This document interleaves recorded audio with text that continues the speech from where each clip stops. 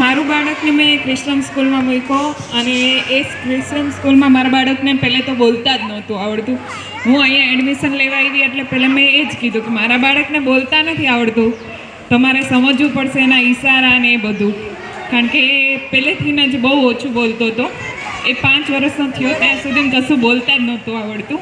અહીંયા એવા પછી બોલતો થયો અને કોઈ બાળક સાથે મેં પહેલેથી રમવા પણ નહોતો મોકલો. અહીંયા આવી અને મેડમોએ એક્ટિવિટીઝ સારી કરાવી, છોકરા જોડે હળતા મળતા અને બધું જ ખાતા પણ એમને શીખડાવ્યો અને ભણવાનું પણ બહુ સરસ છે અને ભણવામાં પણ આગળ વધ્યો છે મારો બાળક. Thank you all teacher and principal, thank you so much. ટીચરને બી ખબર છે કે મારો છોકરો બહુ જ મસ્તી કરે છે અને આ સ્કૂલમાં આવ્યા પછી મને એટલો આમ ઉત્સાહ થયો કે આ સ્કૂલમાં જ છોકરાઓને મૂકવા જોઈએ. અને આ મારો નિતન છે એટલો મસ્તી કરે છે, ટીચર હેન્ડલિંગ કરી શકે એટલા મસ્ત ટીચર છે. હેમાની ટીચર છે અને મને બહુ ગમે છે ટીચર. અને હું જેટલી વાર મિટિંગમાં આવું છું એટલી વાર ટીચરને કે ટીચર આ છોકરો બહુ મસ્તી કરે છે અને ટીચર કે ના, હું ધ્યાન આપીશ તમારા છોકરાને.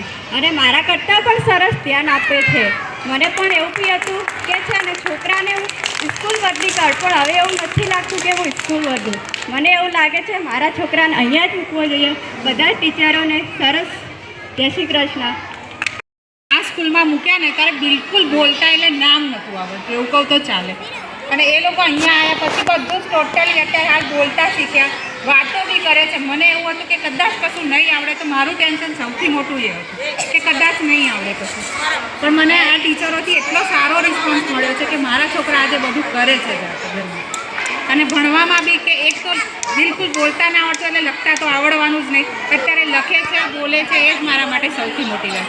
અને થેન્ક યુ ટીચર્સ બધી વસ્તુઓ માટે, થેન્ક યુ. મને અહીંયા આવ્યા પછી બહુ સારું લાગે છે અને મારા છોકરાને પણ ભણતરમાં સારું છે એમ.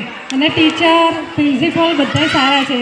એટલે મારો વિચાર એમ છે કે મારા મોટા બાબાને પણ અહીંયા મૂકવાનો વિચાર છે. અહીંયા સ્કૂલ બહુ સરસ છે એમ. Thank you.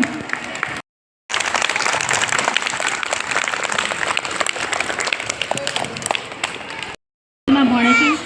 શરૂમાં મૂકે ત્યારે મને પણ એમ હતું કે ભણવામાં એ થોડો વીક રહેશે, આમ છે તેમ છે. પણ સૌથી સ્પેશિયલી થેન્ક કરું તો જયમિશા ટીચરનો કે જેણે પોતાના બાળક સમજી 0માંથી એનું છે ઘડતર કર્યું છે ને અત્યારે એને 1 થી 20 આવડે છે. ટોટલી જે રેગ્યુલર બાળક કરતું એ રીતે કરતું હોય છે. એટલે સ્પેશિયલી કહું છું તો જયમિશા ટીચરને થેન્ક યુ વેરી મચ. અને જે આનંદમય રીતે જે રમત દ્વારા જે શિક્ષણ આપવામાં આવે છે એ દરેક સ્કૂલમાં આપવામાં આવતું હોય છે, પણ અહીંયા જે આપવામાં આવે છે એની તો કંઈ વાત જ હોય છે. Thank you ma'am.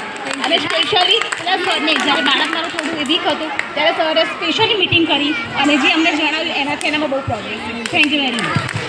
મારો બાળક બહુ તોફાની હતો. અહીંયા આવ્યા પછી ઘણું બધું પરિવર્તન આવે છે. એને 1 થી 5 સુધી લખતા નહોતું આવતું, અત્યારે એની જાતે 1 થી 20 સુધી રાખે છે. અને આ ટીચરોનો, પ્રિન્સિપલનો બધાનો આભાર. શ્લોક ને બધું જ્ઞાન એ બધું મળ્યું તે માટે થેન્ક યુ.